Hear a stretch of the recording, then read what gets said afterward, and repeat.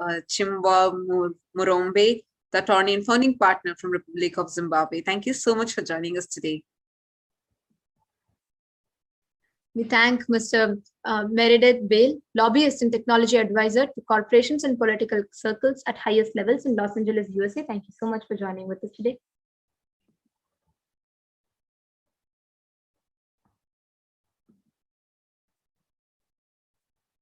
We also welcome Mr. K. Sri Dhammaratana, Venerable Datuk of Malaysia. We welcome you, sir. And we also welcome Mr. Gunaselan Raju, the National Executive Secretary of Central Working Committee of the Malaysian Indian Congress. We welcome you, sir.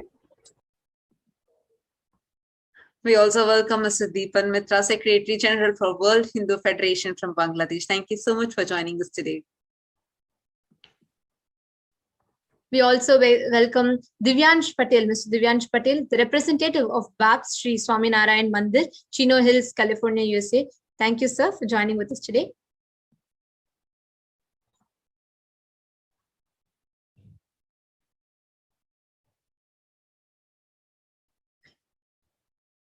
We also welcome Mr. Vishal Patel, the representative from BAPS Sri Swaminarayan Mandir from West Virginia, USA. Thank you so much for joining us today.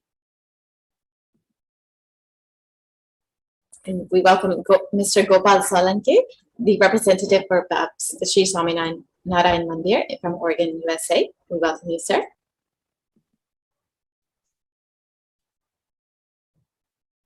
We also welcome Mr. Alpesh Solanki, the representative from BAPS Sri Swaminarayan Mandir from Pennsylvania, USA. Thank you so much for joining with us today. We are so delighted to welcome all the dignitaries that have joined us today. We thank Mr. Sunny Patel, the representative from BAPS Sri Swaminarayan Mandir from Georgia, USA. Thank you so much for joining with us today. And we welcome the Ambassador Anthony G. Hilton, the Member of Parliament from Jamaica. We welcome you, sir.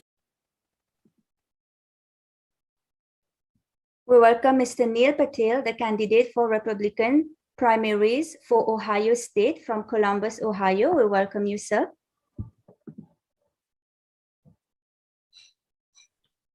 And we welcome Mr. Devendranath Tanku, Member of Parliament from Trinidad and Tobago. We welcome you, sir.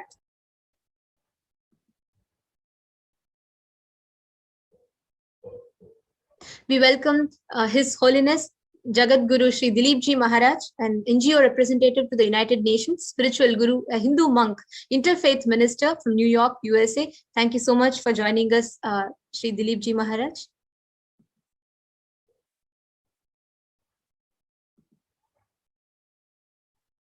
And we would like to thank each and every esteemed guest that have joined us today for this auspicious celebrations of the Jayanti Mahotsava, the Avatara Dinotsava celebrations of the Supreme Pontiff of Hinduism, Jagadguru Mahasannidhanam, His Divine Holiness Bhagavan Shri Nithyananda Paramashivam. Now we are going to be entering into a very, very exciting session where we are going to be having the delegates from Sri Kailasa who are going to be sharing with us the hard work and the amazing, immense contribution of the Supreme Pontiff of Hinduism and his revival of Sri Kailasa, as well as the humanitarian efforts that Swamiji has been doing, the Supreme Pontiff of Hinduism has been doing from a very, very young age. So now let us enter into this segment.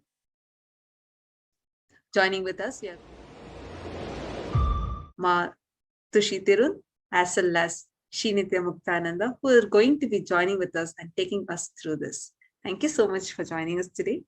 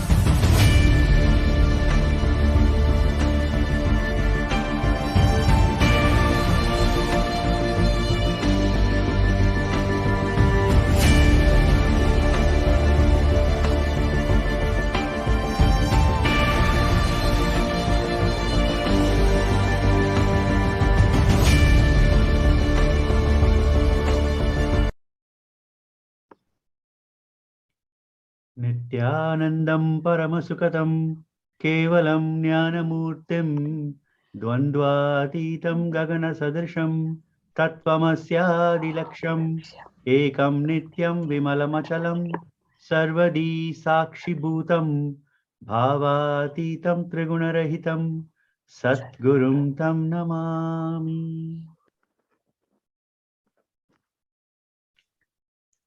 Nithyanandam. Nithyanandam.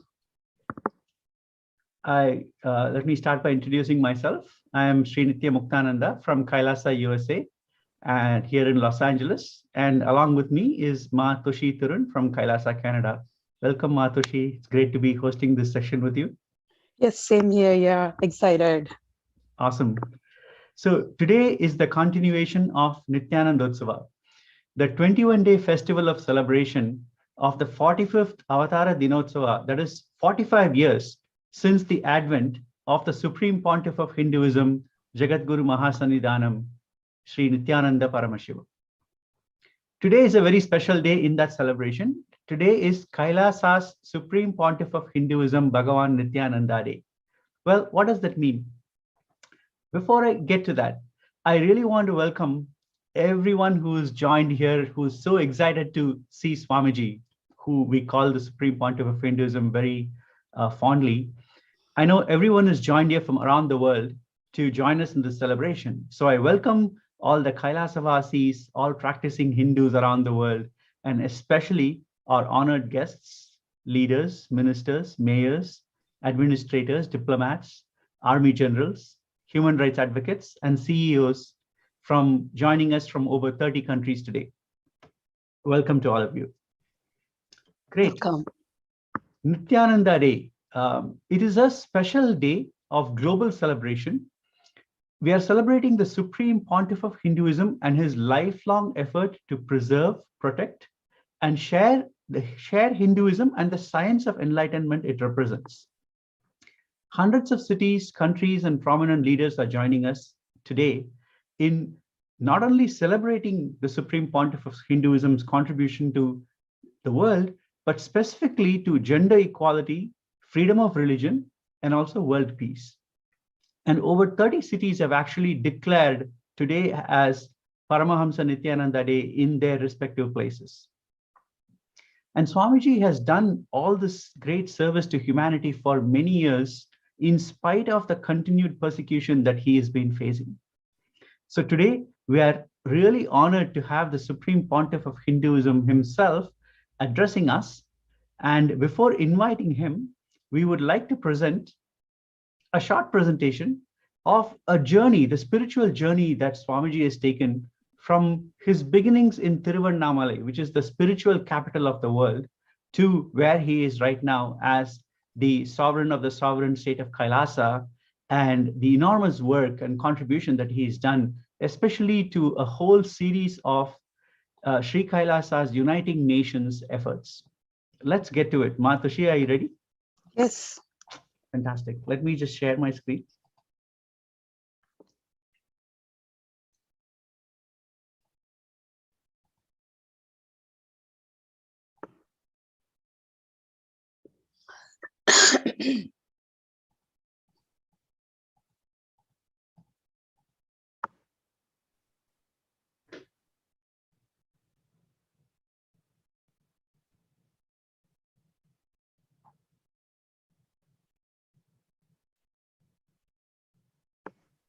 Excellent.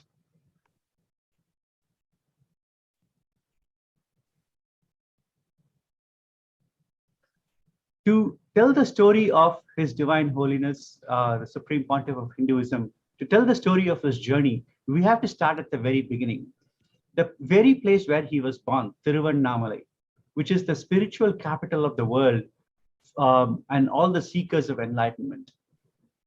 This place actually is referred to in, like Swamiji likes to say, everything needs to be acid washed by Shastra Pramana, which is whether it is referred to in the scriptures, and then Apta Pramana, which is referred to by enlightened masters, Atma Pramana, which is personal experience of Swamiji, and Sakshi Pramana, which is our own personal experience.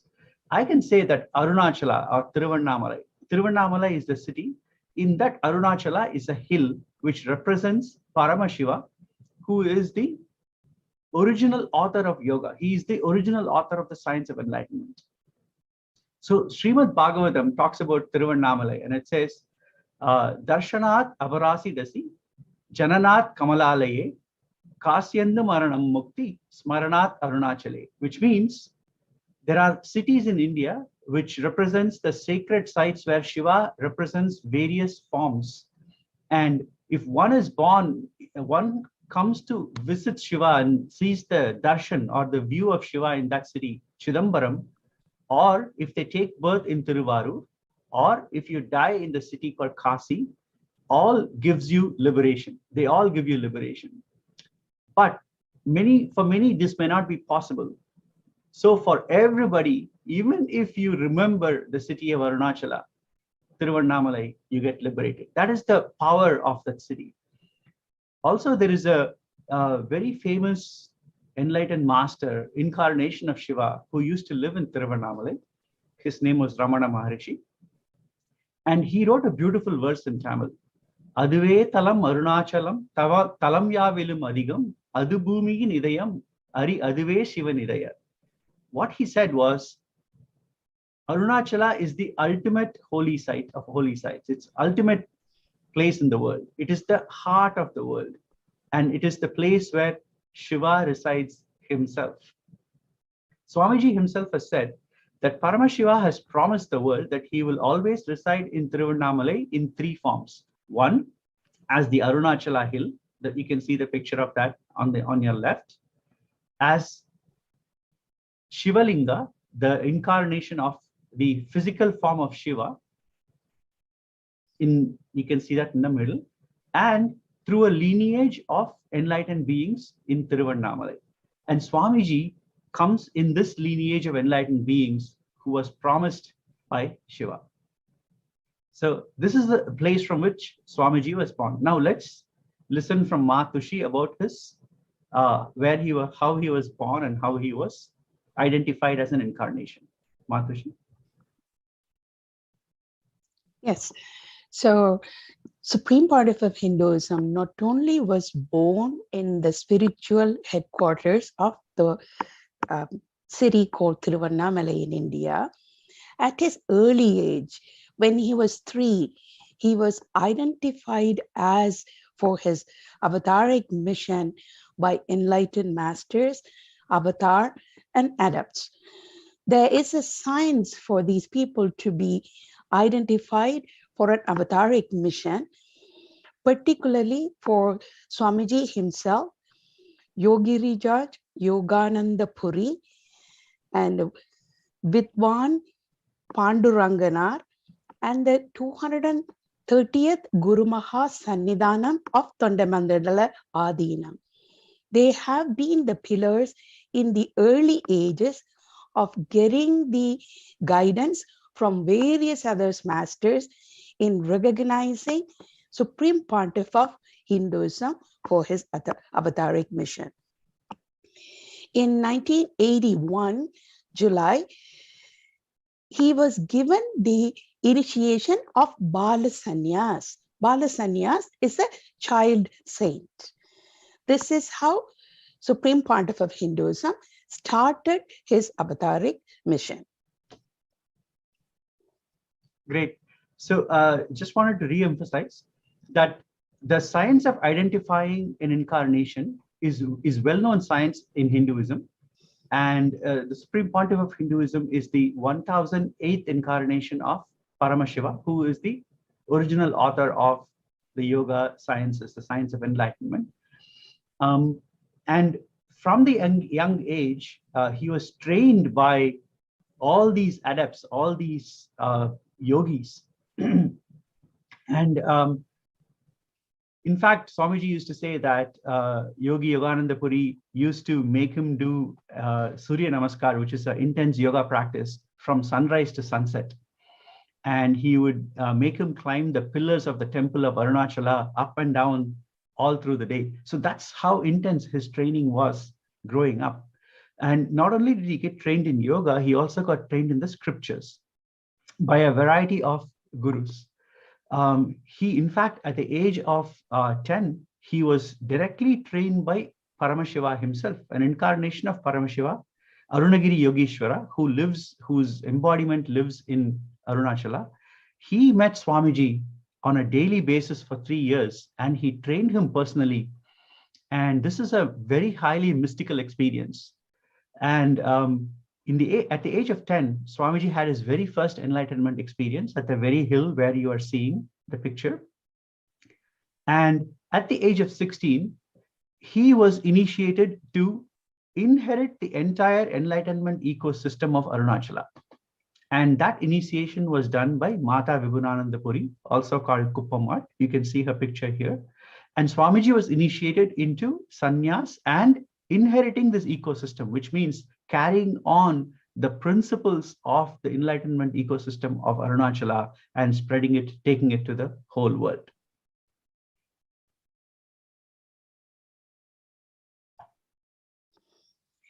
And SPH early days with his gurus not only gave him the training to realize his avataric mission, but also trained him in starting from building ashrams for himself around the world.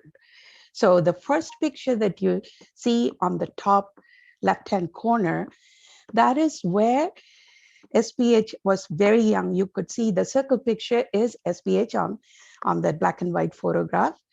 This was in Tiruvannamalai itself, where his guru, Mataji Vibhulananda Puri, where Swamiji was building the ashram for her brick by brick. Gurus guided him and he followed. Since then, on the bottom left-hand corner, that was the first Adinam or monastery complex that was established in Tiruchenkodu. Early years of Supreme Pontiff of Hinduism was tireless hard work, touching being at a time, stone at a time, building infrastructures, building community, building people. As you could see in the middle of it, where Swamiji himself is laying the foundational brick, was Adi Kailasa Sarvanyapedam, which is the headquarters in India, Bangalore. These stones itself, the brick stones itself, were handmade by Swamiji himself. Certainly, during his mission, within few years of span, the growth has spread all over India. Every nook of the corner, people heard Swamiji's mission and what he's been contributing to people and society. As you could see the picture on the right-hand top corner, where he's conducting in 2004 mass living enlightenment initiation conventions, where thousands and thousands of people have been given conscious breakthrough to live the highest potential of their lives. Once the spread across the India has happened, then the mission expanded into the global stage. Muktaya would lead into what has happened in the global stage after this. Yeah, starting from these humble beginnings, very quickly, Swamiji's mission spread all around the world. And by age 30, he had established centers in over 100 countries. Here you can see a picture of him meeting with the mayor of St. Louis in the USA. That is one of his first visits to the United States. And this is a picture of what Matushi was saying. Everywhere he went, there were tens and thousands of people, huge crowds, initiated by Swamiji, waiting to listen to his message, imbibing the story of living enlightenment, the idea of living enlightenment into their lives, whether it is in India or Oklahoma or Malaysia or Australia. Swamiji traveled all over the world. And in fact, by the age of 30, there were already 5 centers in the US, Los Angeles, Seattle, Ohio, St. Louis. And also there were centers in Malaysia, Singapore, and many other countries all over the world.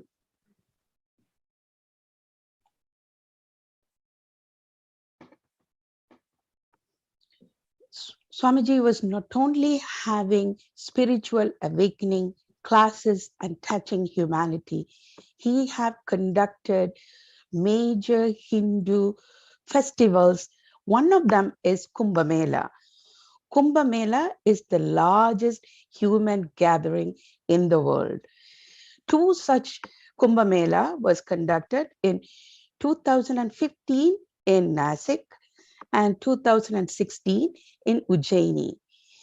For these Kumbh Mela, Supreme Pontiff of Hinduism invited global seekers. It's not just people from southern part of India or India itself. Global seekers have gathered in these places to experience and having the conscious breakthrough through Swamiji's initiations and programs.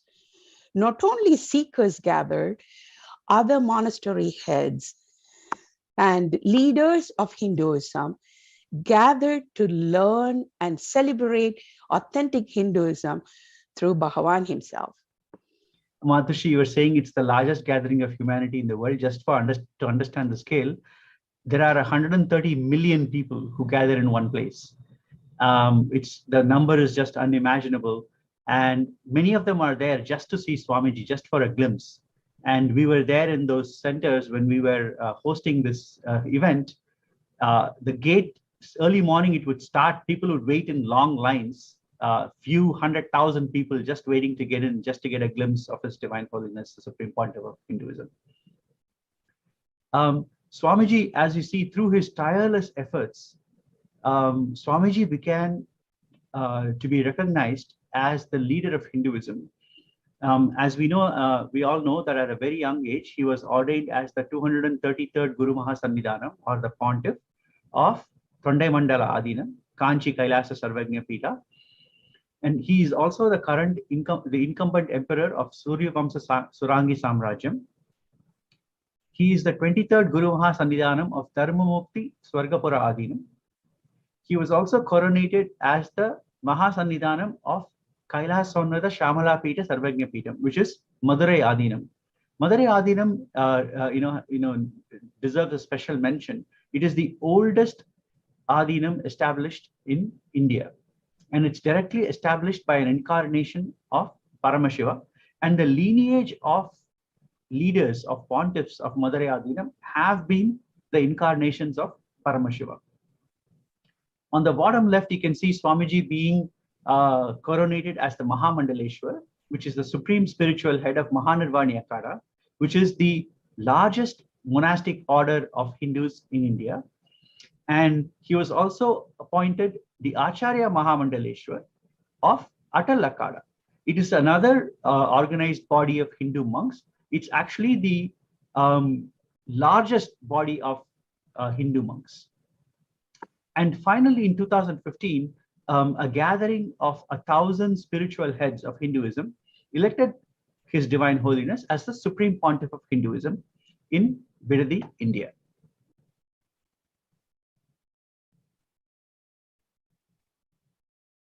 So all that foundational work which has happened over the years led to the formation of Sri Kailasa civilizational nations that we all cherish and celebrate today. Sri Kailasa is a microcosmic, ancient Hindu enlightened civilizational nation.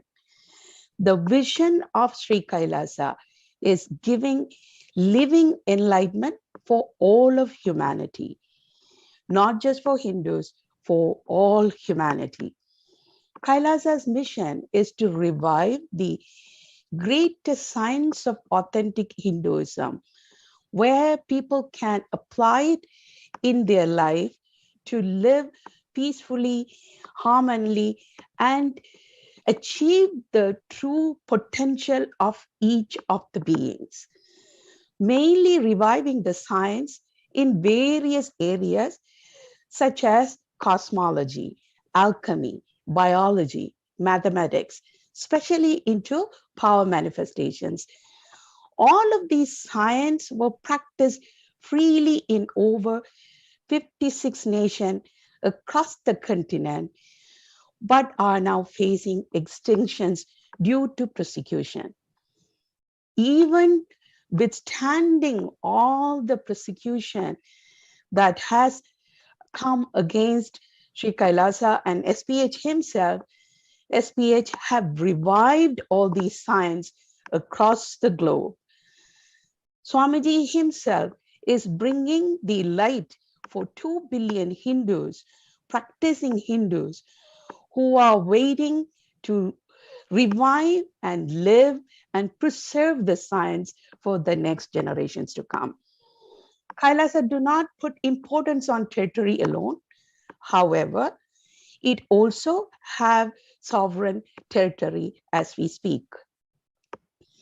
But its major mandatory of Sri Kailasa is to establish the enlightened ecosystem around the world, where people live in community, living, practicing authentic Hinduism science to create the betterment of their life. Wherever the Adi Saivite community settled down in various parts of the globe, you could see how they contribute to the economy and the society at large, and also they themselves live peaceful and blissful, successful life in all dimensions. Madhushi, thank you for mentioning that. The Adi Shaivites, where they live, in fact, we have statistics to show that in the United States, the Hindus are the most prosperous community among all religions, whether it comes to percentage of people who have a degree, college degree, who are educated, the income of a family, they are the highest. When it comes to crime rates, the Hindu society has the lowest crime rate. They have the lowest drug use, lowest divorce rates. So extremely stable society, very well behaved, contributing to the community. And this is all due to the science of enlightenment, the lifestyle of Hinduism. And this is the same successful lifestyle that Swamiji wants to bring to everybody. A little bit more about persecution. Of course, yes, over a millennia, many colonial rulers in India and foreign invaders have destroyed Hinduism from the ground up. They have destroyed temples, they have destroyed organizations, libraries, burnt books. But one of the worst things that happened was destruction of our Gurukul, which is the education system that teaches Hinduism. More than that, more recently, in the last 50, 60 years, there has been a concerted effort to destroy Hinduism from the inside. Gurus who are teachers in Hinduism reveres gurus or masters, enlightened masters who can pass on the experience to others. So from the inside out, in Hindu extremists and atheists in India have actually destroyed this system and persecuted Hindu gurus, especially Swamiji, over the last 20 years, and made it very difficult for them to teach Hinduism. So lack of religious freedom is a huge problem. And second is the inability to practice Hinduism in its authentic form. The other thing that Swamiji very strongly believes in is gender equality. He's promoted women to be priests in temples. You would rarely see any women being a priest in Hindu temples in the US outside of Swamiji's temples, and very few in India. He has promoted women to be monks. He's established universities, especially for women, exclusively for women.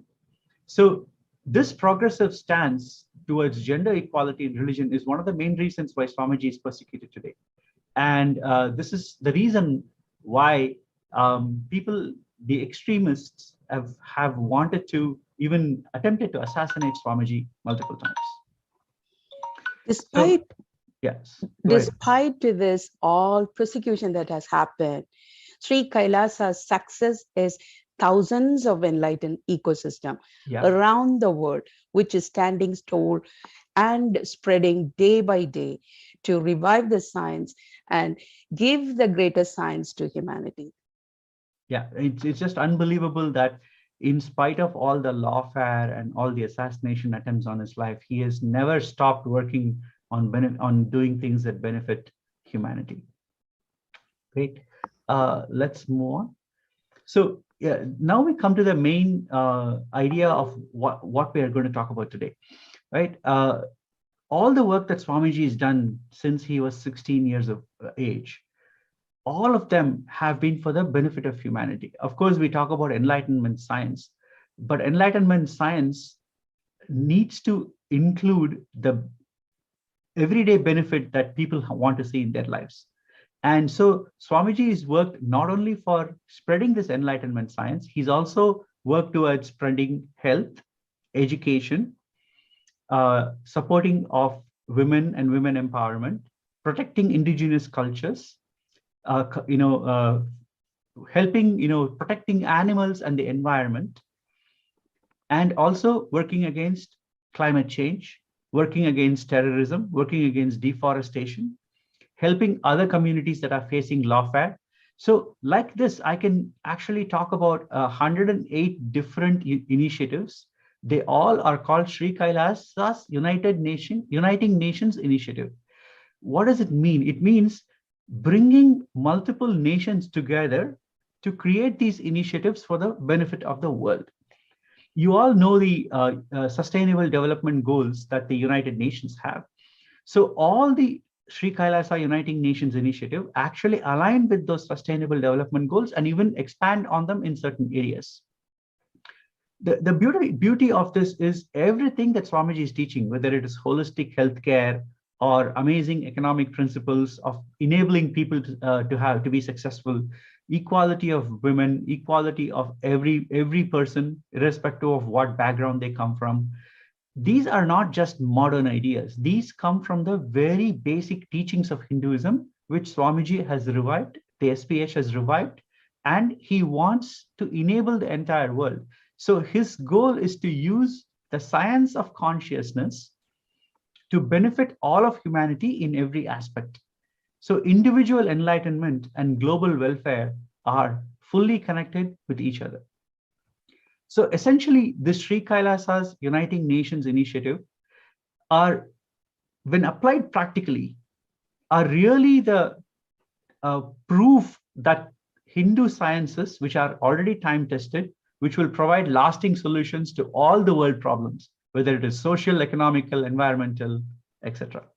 So now let's go look into these, each of these, a few examples of Sri Kailasa's Uniting Nations Initiative. Due to the time constraints, we will only looking at the highlights of few of these initiatives. One such initiative is nutritious food and a hunger-free world. It doesn't matter whether it's the starting monastery or even the lavish temple that SPH have built around the world today. Every monastery or temple complex serve food. This is one of the mandatory of these establishments. Not only serving food for the needed who are underprivileged, also giving the right food to the people, sattvic, organic food. Over the 27 years, 1 billion meals have been served throughout various campuses and monastery complexes. Not only that, 10,000 meals are served daily free of cost. And during festivals, certainly those numbers goes much beyond than that. Yeah. And you can see Swamiji himself serving the food in many of those places. So that's great. Let's go through these quickly. The next big initiative is this Kailasa's Uniting Nations for affordable healthcare, affordable and holistic healthcare. One of the main things Swamiji has done is, I can talk a lot about his work in healthcare, but primarily during COVID, what he has done is something amazing. He opened up all the monasteries in India and around the world as sanctuaries for people who are looking to find a place where they can isolate, like where they can live separately and quarantine. He has made it free for all. That is, they get free food, free internet, they can work from there, free education, and including all the basic facilities. So a few thousand families, both in India and abroad, have taken advantage of this offer, and they have stayed safe from COVID. In addition, Swamiji has taught so many different techniques for us to boost the immune system and protect ourselves from COVID. You can see a huge list of these items here, and 30 million citizens of Kailasa followed this 28-day regimen which Swamiji had given, and they all benefited from these regimens. So in fact, many mayors of cities here in their proclamations have called out Swamiji's effort during COVID to help the communities here.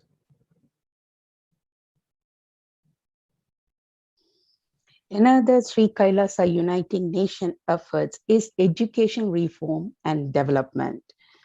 Under this umbrella, Supreme Pontiff of Hinduism have established the largest Hindu university, which has 270,000 plus enrollment with 2,700 plus free courses, which are being given free of cost through extended campuses in 150 countries. Not only the largest Hindu university Swamiji have established, the major contribution in the education sector is Nithyananda Gurukul.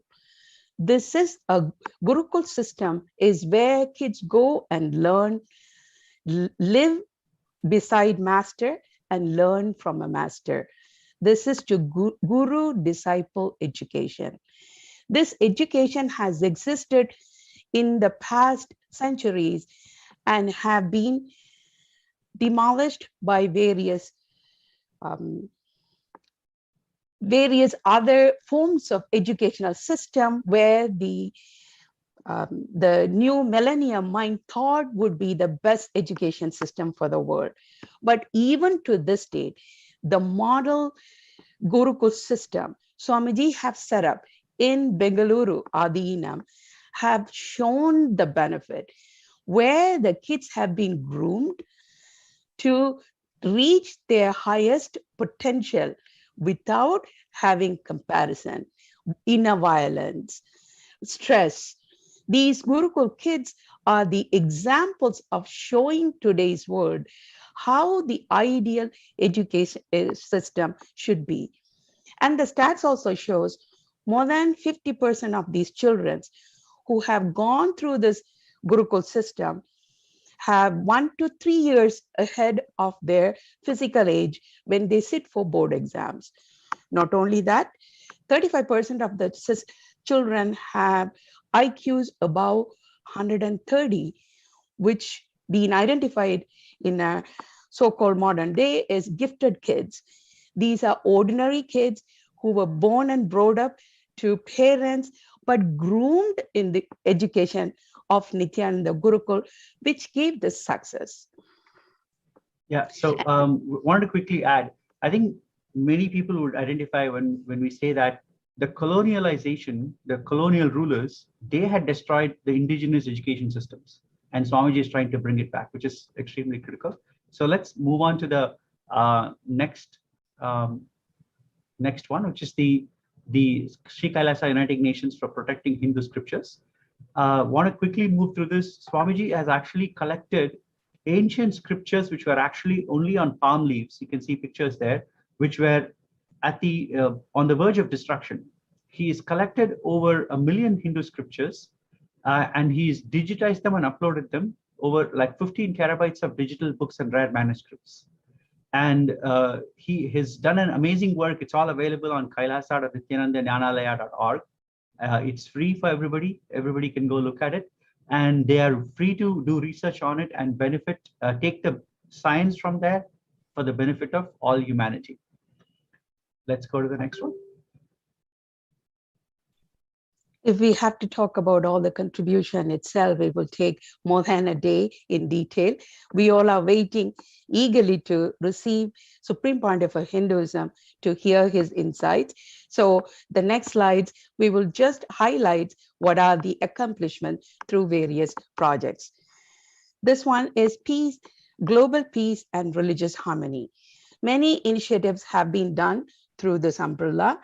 The few highlights are Minute for Peace, which was established in 2012. To this date, 4.3 billion minutes in meditation for world peace. Not only that, there has been larger collective meditations which have been conducted over the globe in various parts of the centers and temple just for the global peace. Great. Not only that, for global peace and harmony, Swamiji has conducted so many interfaith meetings. And you can see here so many conferences that he has organized, which have brought together people of different faiths to talk about what is best for humanity. A great example is Kumbh Mela, which was organized in 2007. Like I said, Kumbh Mela is the largest gathering of humanity anywhere in the world in India. And with the permission of Akhil Bharatiya Akhada Parishad, which is the owner of Kumbh Mela for thousands of years, they give blessings to Swamiji to conduct this program anywhere in the world. And so Swamiji conducted the very first Kumbh Mela in 2007 in Los Angeles here. And after that, it has been conducted here a few times. So let's move on. The one more Sri Kailasa Uniting Nation initiative is Global Peace and Religious Harmony. For the under the religious harmony umbrella, there has been many peace walks and other initiatives. One highlight is thousands of villages in India came together covering 1,000 kilometers in a peace walk. These pictures speaks for themselves, where the people from different walks of life coming together, promoting the feeling of oneness despite of their differences. Okay. We already spoke about Swamiji's work for gender equality and feminine empowerment. This is an area which it's like Swamiji has done so much work. There are many things to list. I'll only highlight a couple. He created a women's only university, the Yogini Sarvagnya Pita, which was completely run by women for women. And it was empowering women to fight against the wrongful gender stereotyping, gender-based violence, lack of inclusiveness. It was giving women the education to be self-sufficient and stand up for themselves. And that is exactly what he did also in this program called Nithyananda Lakshmi, which is the very first microfinancing service for women in India, which allowed them to start their own business, be self-sufficient, and stand up for themselves when needed. There are so many other programs which Swamiji has done for empowering women. I could, without exaggeration, say that it's very much been a part of his DNA to fight for gender equality and feminine empowerment.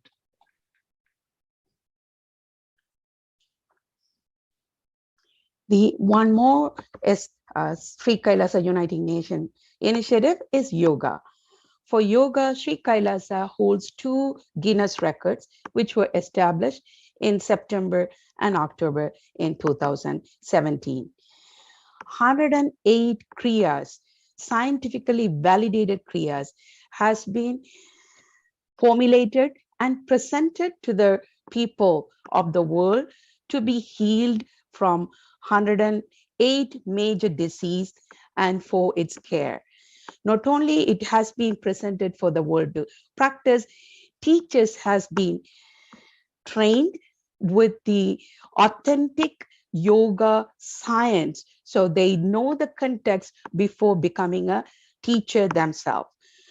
And not only that, many books have been published for humanity to understand and celebrate the science as well as the benefit of the yoga. Thank you, Matushi. And we want to conclude by saying, despite being heavily persecuted for over a decade, the Supreme Pontiff of Hinduism has, has unwaveringly been committed to helping the world. And the sovereign state of Sri Kailasa has been built to protect, revive, and preserve Hinduism, which is the most ancient, most peaceful, and the longest lasting demonstrable system that shows the possibility of peaceful coexistence among people. So to honor his hard and selfless work, so many people around the world, humanitarians, leaders, mayors, have appreciated Swamiji and given proclamation. And only today, 32 cities in 3 countries have declared January 3rd, 2022 as Kailasa's HDH Nithyananda Day in their own local areas. And this is just for today. We have received so many proclamations from congresswomen and senators, congressmen, mayors, leaders all over the world, that last year Swamiji received 108 proclamations. And today only 32 cities have declared today as Nithyananda Day. So the world is beginning to appreciate the work that he has done for the benefit of humanity. Great. So Finally, thank you so much.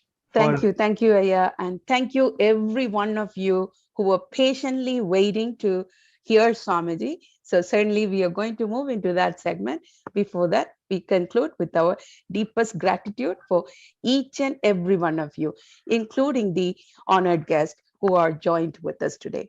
Thank you, Nithyananda. Thank you, everyone. Nithyanandam.